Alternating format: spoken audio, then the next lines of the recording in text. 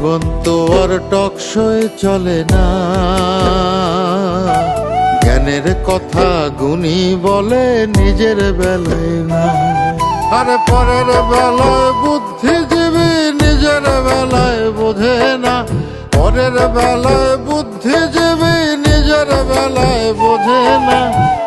নিজের স্বার্থ কেউ কখনো একটা চুলো ছাড়ে না, নিজের স্বার্থ কেউ কখনো একটা চুলো ছাড়ে না। জীবন তো আর টকশোয় চলে না, জ্ঞানের কথা গুণী বলে নিজের বেলায় না।